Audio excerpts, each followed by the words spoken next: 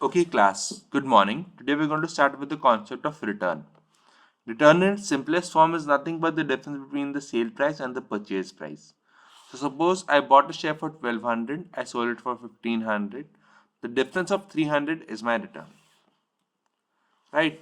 Now, rupee returns, that is the kind of return that I'm earning in absolute terms from an investment, is comes from two things. So any kind of return that I have on a security can only come from two things, that is dividend or capital gain.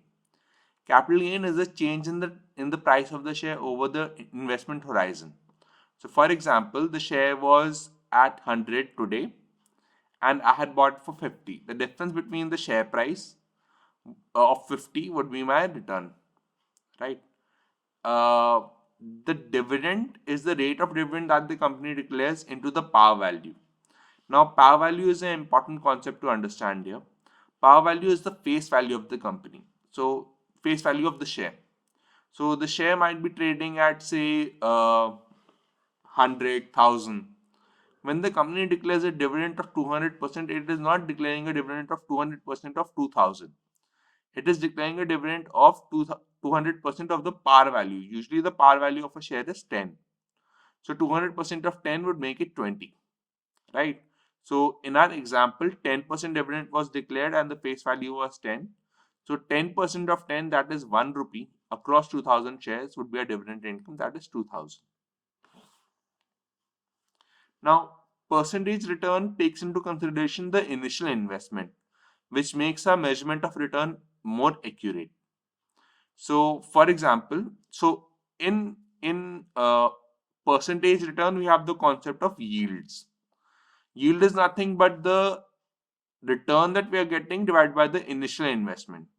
So, capital gain yield is nothing but the capital gain divided by the initial investment, and capital gain is nothing but the difference between the selling price and the buying price. Dividend yield is nothing but the dividend divided by the initial investment. So, for example, we buy a share for 75 and we buy 2000 shares of them and we sell them for 1000, right? So, the capital gain yield or the percentage yield would be selling price, that is 100, minus buying price 75, into number of shares that we have bought it across 2000. We will also take into the consideration the initial investment that we had made, which is 75 into the 2000 shares that we have bought, right? And accordingly, we'll get the answer of 33%. Rate of return is dividend yield plus capital gain yield, right? So rate of return can also be written as dividend plus selling price minus buying price into initial investment. Okay, now this is the return of a dividend yield plus capital gain yield, or what is also called a percentage return. So we buy 3000 shares of 100 each, right? Of the face value 10, that is the par value. They declare a dividend of 10% and we sell it later for 150 rupees, right? The dividend would be face value 10, 10% of face value 10 into the number of shares that we had, that was 3000, which makes it 3000. Dividend yield would be this dividend divided by the initial investment. Our initial investment was 3000 shares into 100, which makes it 3 lakh, which makes the dividend yield is equal to 3000 divided by 3 lakh into 100, which is 1%. Capital gain yield would be the difference or the capital gain, which is the difference in the selling price of the company. 150 minus the purchase price 100, 50 rupees ka capital gain, 50 rupees capital gain across 3000 shares divided by the initial investment, that was 3000 shares into 100, that was 3 lakh. So 1,50,000 divided by 3 lakh into 100 is equal to 50%. And the rate of return is dividend yield plus capital gain yield, which is 51%. Now, should we take into consideration the unrealized capital gains?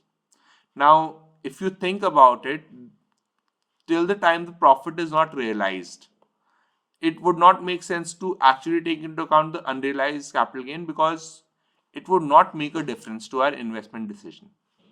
So, what would actually happen is only when we book the profit or the loss do we have to pay capital gains tax or get capital gains credits, right? So, logically speaking, for a very long horizon of time, you would actually be only concerned with the current market price of the company or the capital gain that you have actually realized. But suppose you are making a projection for the future. Right now, you would want to take into consideration the difference in each observation over a time period.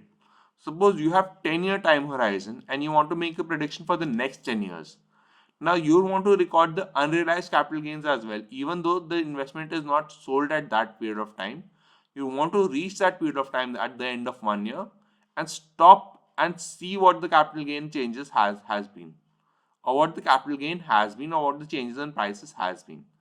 This will give you 10 data points to process for the 10-year investment horizon instead of just one data point. That is the difference between the initial investment and the final investment value. So taking unrealized capital gain into account makes our research more rigorous, provides us with more data points, and makes our forecasting more reliable. So unrealized capital gain should also be considered. Right? Average rate of return is nothing but the rate of return divided by the number of rate of returns that we are considering in the event horizon. So for example, in this table here, dividend yield is nothing but the dividend per share divided by the share price of that year. So dividend per share is 13 divided by the share price of that year, that is 604. I'm talking about the year 2013-14. So 13 divided by 604 is equal to 2.15%. The capital gain would be the difference in the share price of the company over 1 year. So 604 minus 466 divided by the initial investment of 466. That will give us 29.61%. The total of dividend gain yield and the capital gain yield would be our return. Right? Now the average rate of return would be nothing but the sum of all these returns divided by the number of observation, which in this case is 5. Now we also have the concept of compound rate of return, which is the most accurate measure of return. Now why is that? Because it takes into account the fact that the money is earning return upon the money that was initially invested and the return that has been generated on it. So its formula in simple term is 1 plus R into 1 plus R2 into 1 plus so on till into 1 plus Rn under root n. Now why do we add this 1? We add this 1 because the return can be negative. As we will see in the example, in the second year the return is minus 3 and the fourth year the return is minus 5. Now if we do not add this 1, the return becomes negative, right? And we can't take the under root of a negative number. So therefore we add this 1, and for example we had returns of 18%, minus 3%, 4%, minus 5%.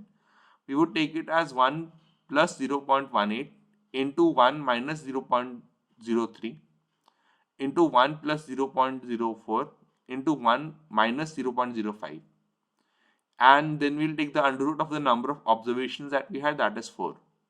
Now because we had added 1 to every observation, we will deduct 1 and we'll actually get the rate of return, that is 3.1%. Thank you, class.